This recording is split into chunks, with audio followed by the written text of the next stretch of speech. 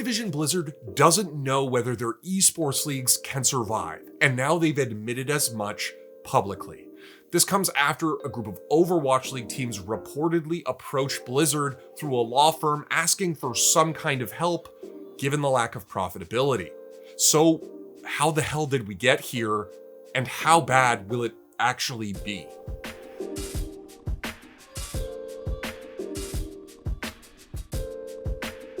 Alright guys, before we get into the video, just a quick reminder that liking the video if you like the video, and subscribing to the channel if you're not already subbed, really does help support the channel. Cheers. Okay, so last week, Activision Blizzard admitted publicly that they may not be able to fix the issues with their professional esports leagues. I caught it because of a tweet by Jacob Hale, so props to him for that, and also for linking directly to the public SEC filing. Quote, our collaborative arrangements for our professional esports leagues, i.e. the Overwatch League and the Call of Duty League, continue to face headwinds which are negatively impacting the operations and potentially the longevity of the leagues. Under the current business model, we continue to work to address these challenges which could result in significant costs, and such efforts may prove unsuccessful. So in layperson terms, it's not looking good. Hale was able to link to it because this is a publicly filed quarterly report as required of publicly traded companies in the United States. Then at the end of the year, they issue a different filing, which is an annual report. It's also very good to have this information on a report like this because, well, lying on these things is a really bad strategy. So because this is a publicly traded company, Blizzard has to eventually come out and say, listen, we don't think it's gonna work out, or at least there's a strong chance that it might not, and that will impact the company's finances, which is why they have to disclose it. But why don't they just change the leagues, I guess? Well, the problem with that is that, well, people spend a lot of money to get into the leagues as they currently are. So if you started watching esports in, say, 2018, then you've always watched esports that included these huge franchised leagues. But there was a time before these leagues with $1 million buy-ins, and back then, investors were worried about the amount of risk in esports. Let's take League of Legends, for example. In 2016, NRG bought a spot in the NALCS. They paid for players, they paid for staff, all the other expenses involved, and at the end of 2016, they were relegated. They lost basically all of that, and we don't know exactly how much the spot cost, but it was almost certainly at least 7 figures. Now, I think you could probably argue that NRG benefited in some way from their time in the NALCS, even if they later lost the spot. And I think there's some merit to that, but you could see why investors might get a little bit cagey about, investing 7+ figures and then just losing it at the end of the year. The first to announce their intention to reduce that volatility was basically the Overwatch League.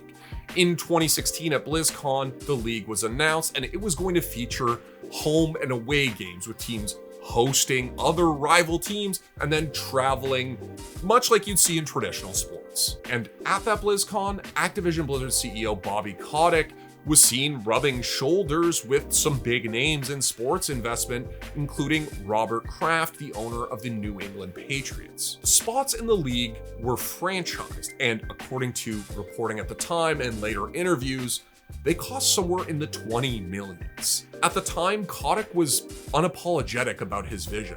He wanted a premier esports league that could compete with the biggest names in traditional sports. This is being touted as the next NFL compared to the Premier League of the future. What's your vision for this? Is that for real?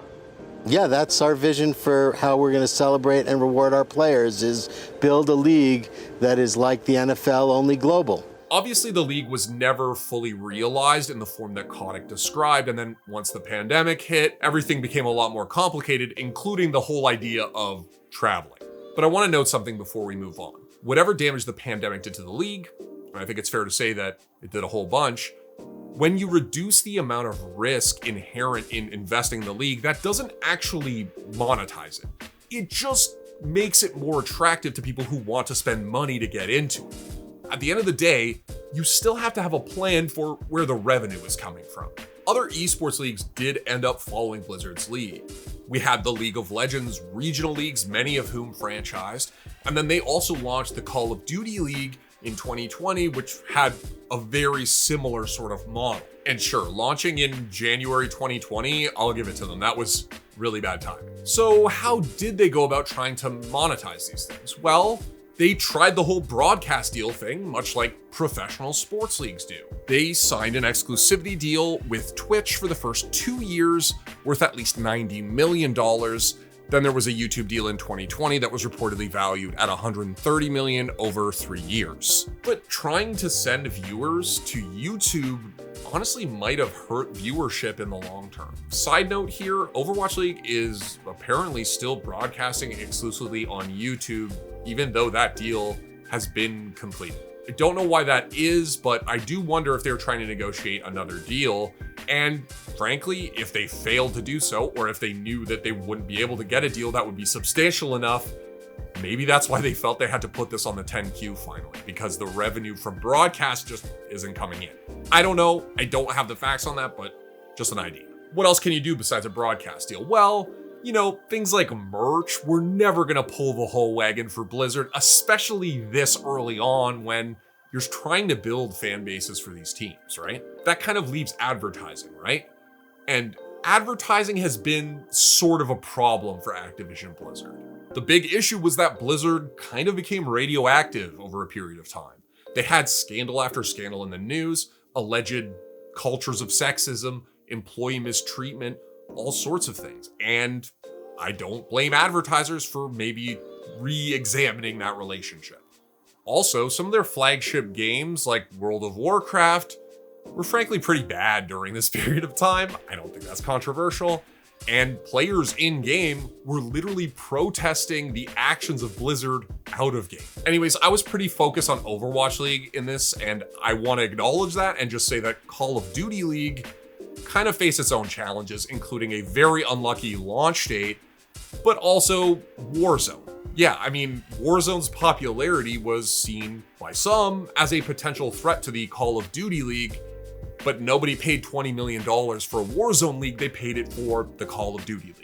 Because the CDL has a freaking chokehold where their team's like, yo, Isaac, we bought in $25 million. Hey, you can't have these big tournaments anymore because, hey, people are caring more about Warzone tournaments than the CDL, but we paid $25 million. Welcome to business. People are viewing more Warzone? That's so, sorry?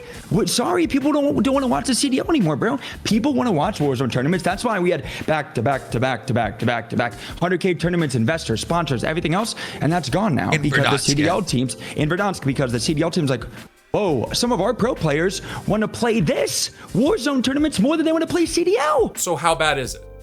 Well, it could be pretty bad.